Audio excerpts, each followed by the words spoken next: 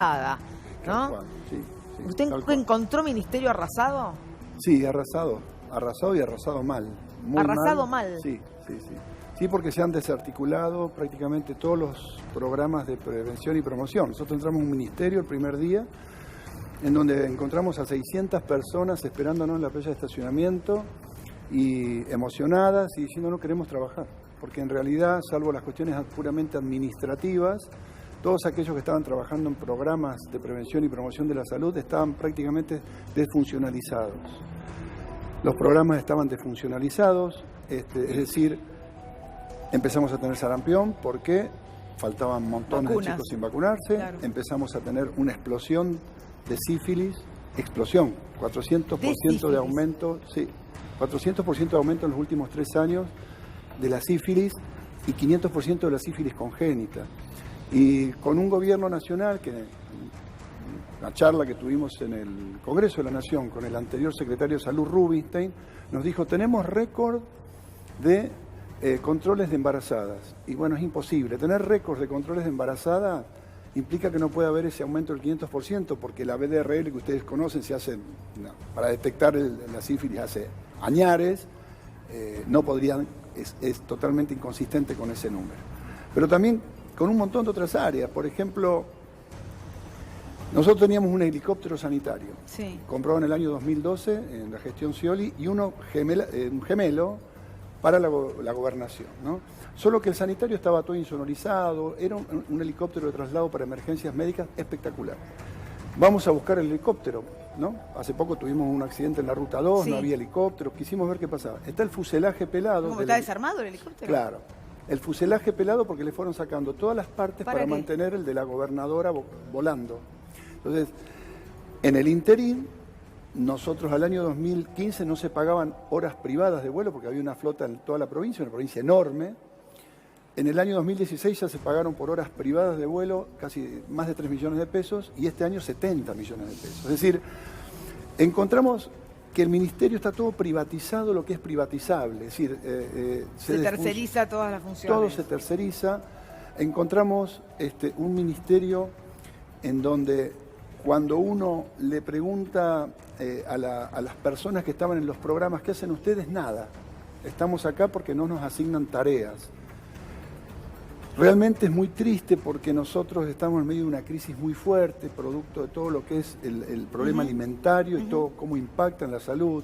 Se quitaron los apoyos de leche fortificada en las salas. Entonces, tenemos un estudio de 400.000 chicos de la provincia de Buenos Aires, hechas a partir de datos del programa SUMAR, que quedó de nuestra época, pero que siguió vigente. Se siguió pesando y midiendo chicos y registrándolo, pero este gobierno no daba, el gobierno anterior no daba a conocer las cifras. Y es notable cómo después de 12 años que viene bajando la curva de la cantidad de chicos que tienen problemas con peso y talla, en el 2016 empieza a subir nuevamente. Empieza a subir nuevamente. Entonces tenemos en la provincia de Buenos Aires 60% de los chicos con problemas de alimentación. Quiero aclarar una cosa, muchos periodistas ponen con desnutrición. No es desnutrición. Problemas de alimentación. Problemas de alimentación, problemas de nutrición.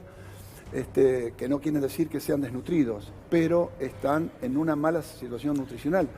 Con lo cual el gobernador de la provincia, Axel Kicillof, que a cada área le dijo definan las áreas, las acciones críticas para este proceso que viene, de 100 días, empezamos primero por el tema alimentación, por el tema medicamentos, que no hay medicamentos. Fíjense que el laboratorio central de la provincia de Buenos Aires, un laboratorio público, puede producir 300 millones de comprimidos por año, está produciendo 30. Bueno, eso muestra, digamos, el deterioro, ¿no es cierto?, y la falta de políticas públicas. Leopoldo, estamos hablando de las medidas económicas, de cómo rápidamente, ante un anuncio de actualización, por ejemplo, de las retenciones, rápidamente empezó a decirse en todos los medios, suba de retenciones, reunión urgente de la mesa de enlace. Es decir, ¿cómo se traduce todo esto? ¿Qué decodificás? Mira, lo primero que hay que tener en cuenta es que hace 7 días atrás el debate en la Argentina era las empresas que se caían, los negocios que cerraban las persianas, la gente que perdía trabajo. Hoy el debate en la Argentina es cómo se crece, cómo se protege a las pymes, cómo se mejoran los ingresos de los jubilados, cómo se mejoran los ingresos en general de la población. Hay un cambio fundamental. Son 2 discusiones totalmente distintas. Una atrasaba tenía que ver con un país que se degradaba, y esta otra discusión es el país que viene, el país de la producción, de la inversión y del trabajo. Se ha cambiado definitivamente la orientación en todas las materias. Recién hacían una enumeración de lo que podríamos llamar buenas noticias. Por fin hay buenas noticias, pero no es solamente buenas noticias. Es un plan articulado, integral, donde cada pieza tiene un objetivo: servir a poner en marcha otra vez el proceso económico de la Argentina. Por supuesto, es una gran noticia para los jubilados que les des un bono de 5.000 pesos en diciembre y otro de 5.000 en enero. ¿Por qué? Porque los jubilados, aún con el aumento del 8,74 del gobierno anterior, el último de la movilidad, se habían quedado muy por detrás de la inflación. La inflación este año se calcula en 55, 56, se quedaban en el 51. Con estos dos bonos de 5.000 cada uno, se cubre eso. 5.000 significa sobre la mínima del mes de diciembre el 35%. Para alguien, vos imagínate, alguien que cobra 14.000 pesos va a recibir 5.000, es mucha plata. Mucha plata. Y mucha plata también en enero. Es cierto que después va a haber un bache hasta que se actualice la fórmula de movilidad. Sí. ¿Por qué? Porque este gobierno, de manera absolutamente irresponsable, modificó la fórmula. Acordate que la modificó para ahorrar 100.000 millones, ahorrar entre comillas, o sea, sacarle a los jubilados 100.000 millones de pesos, de los cuales 40 o 50 iban para la gobernadora Vidal, y además eso atrasó el ingreso de los jubilados. Esto es totalmente diferente. Esto va a aumentar los ingresos de los jubilados, que se aumentan además por la provisión de medicamentos gratuitos a los jubilados de la mínima. Ese es un ingreso no dinerario que van a tener los jubilados. Y agregarle a los jubilados que se le va a devolver el IVA hasta compras de 700 pesos. Así es. A ver cómo se analiza por aquí todo esto que estamos contando, Alcira. Mirá, a mí me parece importante señalar que junto a estas medidas impositivas de incremento de los bienes del Estado, un anuncio significativo es la decisión de no renovar la concesión privada de la hidrovía y darle los ingresos de la hidrovía a las provincias y parte a la nación. Hay que ver que ese es un negocio cautivo. Por ahí pasa más del 70% de las exportaciones del país a $3 la tonelada. Esto es una cantidad importante de ingresos que, me parece, debieran complementarse también con la provincialización o nacionalización del puerto de Buenos Aires y otros puertos, que además de los ingresos te va a permitir un control en serio del narcotráfico. Me parece que esta fue una medida excelente. Araceli. También yo apuntaría a lo simbólico, ¿no? Venimos de 4 años con un gobierno que nos viene diciendo que si sos pobre la culpa es tuya, que bueno, te la tenés que arreglar como puedas, el emprendedurismo, bueno, todas estas... La meritocracia. La meritocracia y todas estas cuestiones, ¿no? Y en esta semana se ha dado vuelta a la historia, ¿no? Y entonces tenés un gobierno que te dice que va a empezar justamente por lo que el otro condenaba, ¿no? Vamos a empezar por los más postergados para ir ascendiendo. Y un Estado que dice que te va a cuidar, digamos. Después de 4 años podemos por primera vez no tenerle miedo al Estado, ¿no? Que era lo que nos pasó en este tiempo. Y me parece que esto simbólico es muy importante porque no solamente renueva la esperanza, sino que también alivia el espíritu y la vida de la gente, ¿no? Juan. ¿Qué tal? Buenas noches. Me parece que con las medidas quedó claro la consistencia y la coherencia entre lo que anunciaban en la campaña y lo que están haciendo ahora, que es paliar la pobreza, la indigencia, reactivar la economía argentina y dejar el tema de la deuda para después, y financiar esa reactivación y esa salida, digamos, de la pobreza y la indigencia con los que más tienen. Entonces vos tenés un dólar relativamente más barato, del 30% para las retenciones que le estás aplicando al campo, un dólar más caro para el que tiene poder de fuego y se puede ir de vacaciones al exterior, y vas a tener un montón de gente diciendo que esto es confiscatorio y demás. Pero lo que tiene que quedar claro es que este dólar no es un impuesto que tenga que ver simplemente con recaudación, sino es una herramienta desde el punto de vista cambiario. O sea, vos tenés que fijar distintos dólares para las herramientas que vos querés tener, y al mismo tiempo que pones retenciones está bueno que ya se están planeando subsidios para otras producciones regionales y para no tener un monocultivo como la soja. A ver, Lucía, a todo esto, digo, porque recién hablábamos de cómo se intenta titular cosas que no son ciertas, para que se tenga que salir a aclarar y para que muchos ciudadanos quizás distraídos terminen repitiendo algo que no es. Pero se está trabajando bastante en cuanto a redes para decir cosas como estas y lo hacen exfuncionarios. A ver, contame, Lu. Exacto. Mira, en los últimos días acá lo tenemos a Leopoldo Morón. Sí, voy para allá, diré. Se ve que se viralizó una noticia de él siendo echado de la UCR, que esto pasó hace unos cuantos años. Hoy en algunos portales estaba Hoy como estaban la noticia más con leída. eso, chicos, están se estaba viejos. viralizando en redes. Bueno, Leopoldo, ya que estás acá, preguntarte que si estás sufriendo una campaña de eso y agresión. la monarquía, contame. Vos me dijiste Ah, y algo la de monarquía, bueno, Te también pido, por favor. tenemos un tuit por ahí, no sé si ¿Tenemos está, el tuit tuit? de Patricia Bullrich. No, el También tuit de la muy- monarquía realmente, le digo, muy merece un agresivo. análisis. Mirá. La exministra ahí habla de cambiaron la república por monarquía, pretenden delegarle al presidente toda la actividad del Congreso de la Nación. Este es el modelo de poder que vinieron a restaurar, una democracia clausurada a la oposición. Estamos preparados para defender a la sociedad de tamaño atropello. Un discurso que se va, cada vez más fuerte de Patricia Bullrich, que va a ser la nueva presidenta del PRO, y de Mauricio Macri, que tiende hacia eso también. Mira, eso es parte de una decadencia que yo creo que hoy la sociedad ni registra. Me parece que le importa muy poco, ni siquiera a los círculos más pequeños de la política. Hoy la gente está muy pendiente porque hay una gran ansiedad acerca de lo que puede hacer el gobierno para ir sacando de la crisis al país. Por supuesto que vamos a tener un grave problema con algunos medios hegemónicos que ya han iniciado, sin dar un minuto de tregua, una campaña feroz de desgaste. Por ejemplo, este tema del 30% adicional para lo que es ahorro en dólares o viajes al exterior. Cuando asumió Macri, hubo una devaluación del 50% y los medios no titulaban que era el dólar 50% más caro. Los que se fueron de vacaciones en esos días, los primeros días del 2016, pagaron 50% más. Y en 4 años han pagado 500% más en términos del valor del dólar. Dólares que además se usaron para la bicicleta financiera. Hoy se están tratando de cuidar para reactivar la industria. Porque ¿cuál es la idea de cuidar hoy el dólar? Que haya posibilidad de que quienes tienen que importar para movilizar la industria tengan acceso a ese dólar y puedan generar procesos de trabajo, inclusión, etcétera, etcétera. Pero acá los medios hegemónicos te distorsionan todo. Igual que el tema de... Bueno, pero el punto me parece, Leopoldo, ministro, Sí. que estas cosas no son casuales, no se No, pero distorsiona claro, por supuesto, porque esos sí, medios ni hegemónicos- estas declaraciones van en consonancia. Pero eso por quiero decir. supuesto, pero claro que no es casual, defienden intereses muy concretos. Igual que el tema del campo, no es el problema, el campo. Acá los agroexportadores han hecho fortunas, están exportando a un dólar con 63, 60, 70 pesos, etcétera. Bueno, es razonable que se actualice, como se está actualizando, una suma fija de 4 pesos. 4 pesos por dólar, cuando era 36 pesos Así es. el dólar, ahora es 63.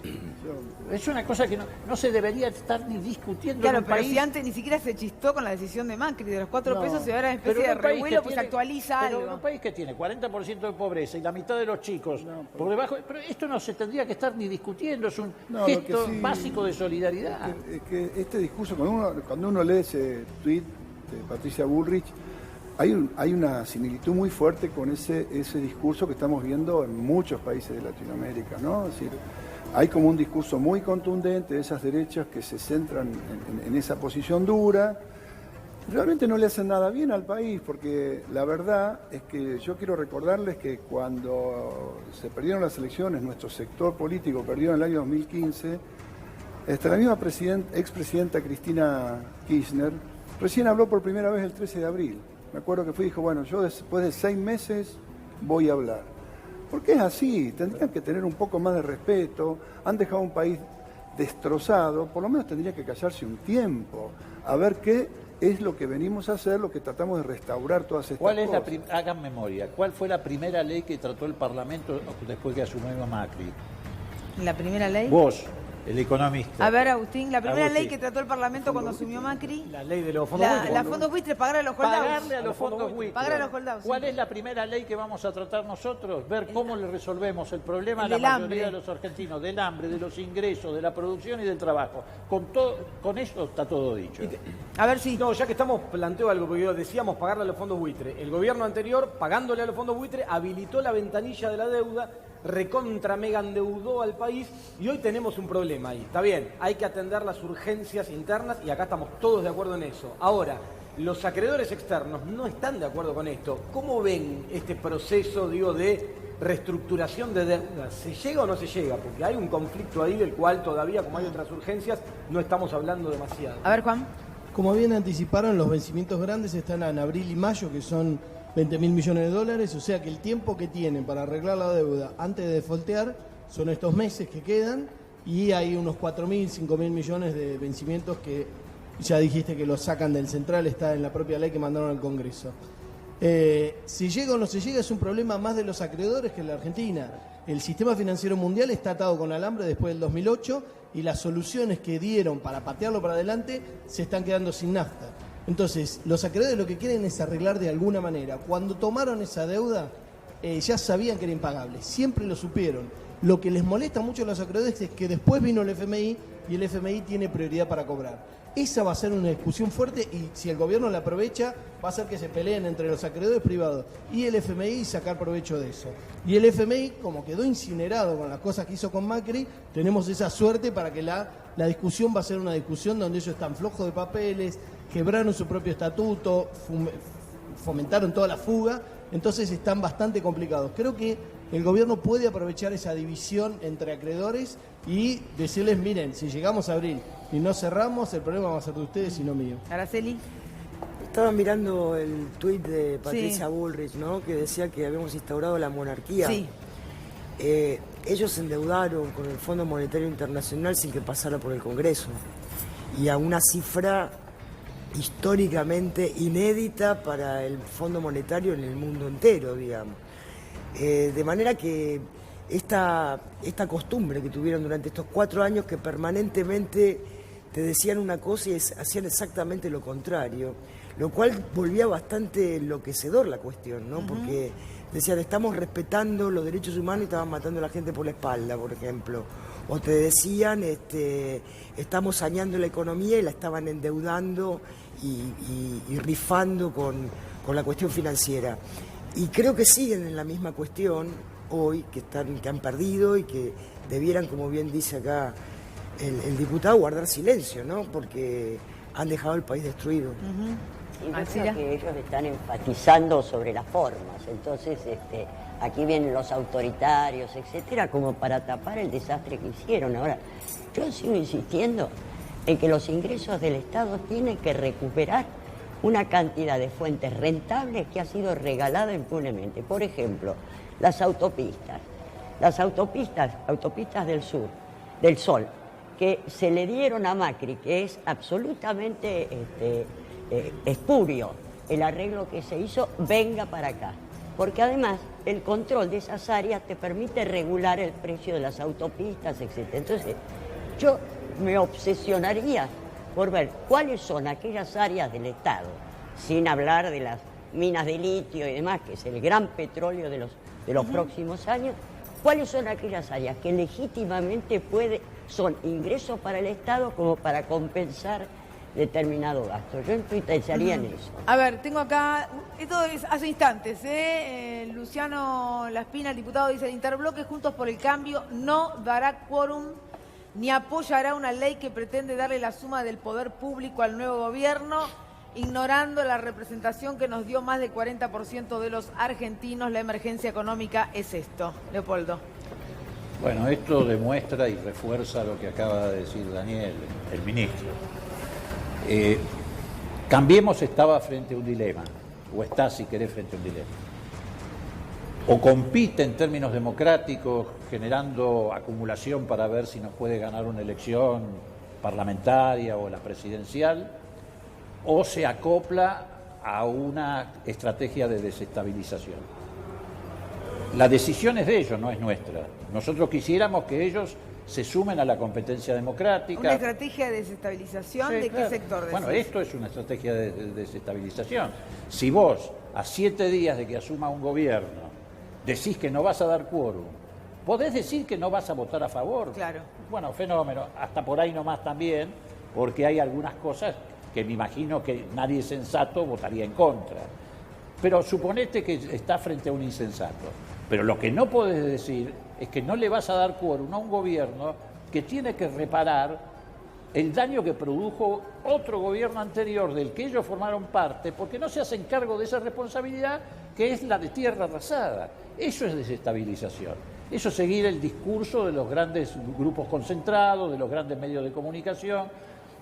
A mí me sorprende, porque yo vengo ahora del Parlamento, estábamos en reunión de bloque, todavía debe continuar, y estábamos convencidos hasta hace una hora De que iba a haber quórum. de Iban a que haber quórum. quórum vamos a lograrlo nosotros. Pero estábamos que convencidos que iban a ellos. bajar a Por debatir, eso. que iban a acompañar. Esto es un disparate. Nunca un gobierno que se inicia bajo estas condiciones. Entonces vos te bombardean los títulos de Clarín, los trolls siguen funcionando, y ellos que tienen que ejercitar una oposición responsable se suman a esta locura. Bueno, eso es desestabilización, claramente. Ujú. ¿Coincide, ministro? Sí, absolutamente.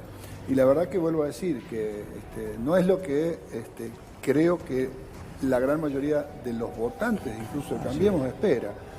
Porque si uno ve las encuestas en general, un 70%, 75% del pueblo argentino tiene una expectativa favorable de dar un tiempo, como se da siempre, los famosos 100 días, como lo quieran llamar, en donde quien gana una elección de una forma tan contundente es respetado por la oposición. La verdad que me parece que están mostrando muy rápidamente que están en un camino de desestabilización, como decía Leopoldo. Esperemos que recapaciten, no necesitamos los argentinos esto, los argentinos nosotros, nuestra consigna fue que a partir de ahora la Argentina tiene que estar unida, se dieron gestos, se hicieron gestos, la Argentina tiene que estar unida porque hay que sacar este país adelante, no lo vamos a sacar de esta manera claramente. Verónica. Sí, bueno, esto de la desestabilización nos remite directamente a Bolivia. Digo, de hecho, Evo Morales está refugiado en la República Argentina y la dictadura sigue gobernando el país vecino. Digo, sin generar alarma, cuando se refieren los dos a desestabilización, ¿intuyen que puede haber una avanzada, como ocurrió en Bolivia, en Argentina y en otros países de Latinoamérica? A ver, por este lado, si coinciden Mira, con el plan de desestabilización y esto que está diciendo Mira, Leopoldo. me parece que es absolutamente irresponsable, porque si uno analiza el panorama internacional, el neoliberalismo está estallando en varios países, incluso en los países centrales. Sí. Mira Francia, Sí. una huelga que no se sabe más el incendio de los chalecos amarillos. Italia, con este nuevo movimiento de las sardinas que están criticando. Inglaterra, con una decisión de Brexit que supone que seguramente se separe Escocia de Gran Bretaña, se separe de Escocia. Lo tenés a Colombia, lo tenés a Ecuador, lo tenés a Chile, y estos están incentivando el hecho de que no se busque el equilibrio y también Argentina estalle, como consecuencia de las políticas que ellos llevaron adelante, que fueron de una irresponsabilidad absoluta. Y a esto se une una cierta endeblez del sistema financiero internacional, porque hay varios indicadores que están diciendo que los rendimientos a corto plazo son significativamente mayores que los rendimientos a largo plazo. Y según dicen algunos economistas, estos son signos que anuncian una nueva crisis financiera que puede ser similar a la 2008. A ver, Araceli, el tema de la desestabilización, estas declaraciones, el no apoyar medidas. Me parece que llegó el momento de decir las cosas con claridad, ¿no? La derecha no fue, no es ni será democrática. Nunca lo fue. Y tampoco republicana. Esto de que insisten en decir que defienden la república, hemos visto en estos 4 años que de republicanismo no tuvieron nada.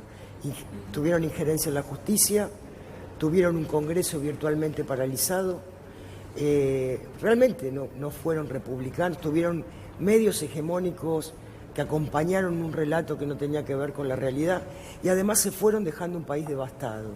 Entonces digo, esto de que la derecha es democrática, hasta ahora no lo han demostrado, y lo que están demostrando ahora, tanto con estas declaraciones como ese video que anduvo circulando en las redes, Ciudad más Campo, que además es un discurso absolutamente falaz, digamos. La ciudad o las ciudades o lo que pretenden nuclear con esto es gente que no ha visto más tierra que la que tienen en una maceta en el balcón de su casa, digamos.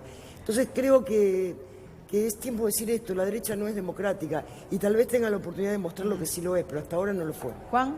Lo que queda claro con la situación regional es que por más que uno haga muy bien las cosas para la gente de un país, como hizo Evo Morales, que no lo discutía nadie, eso no le alcanza para que no lo voltean cuando toca intereses de las multinacionales. Por eso yo creo que todavía resta una definición respecto de el litio, como bien mencionaba Alcira, y Vaca Muerta. En esto el gobierno todavía no ha dado señales, pero ahí es donde se juega la relación con Estados Unidos, que al mismo tiempo no se puede dar el lujo de que la Argentina estalle, no se puede dar el lujo de que se caiga el gobierno. O sea que en eso, si bien le hicieron un aporte de campaña a Macri con el FMI de 50.000 millones de dólares, que le costó caro a muchos funcionarios que pusieron la firma, no creo que la sangre llegue al río y Trump va a presionar para que salga, si es que todavía está Trump. A ver, tenemos que hacer la pausa, enseguida volvemos. Néstor, dame el adelanto de lo que vamos a contar después de la pausa. Vamos a contar muy brevemente qué es lo que está pasando en la denuncia que se conoció en este canal ayer respecto de las supuestas coimas en Fray Bondi, y hay más temas para contar.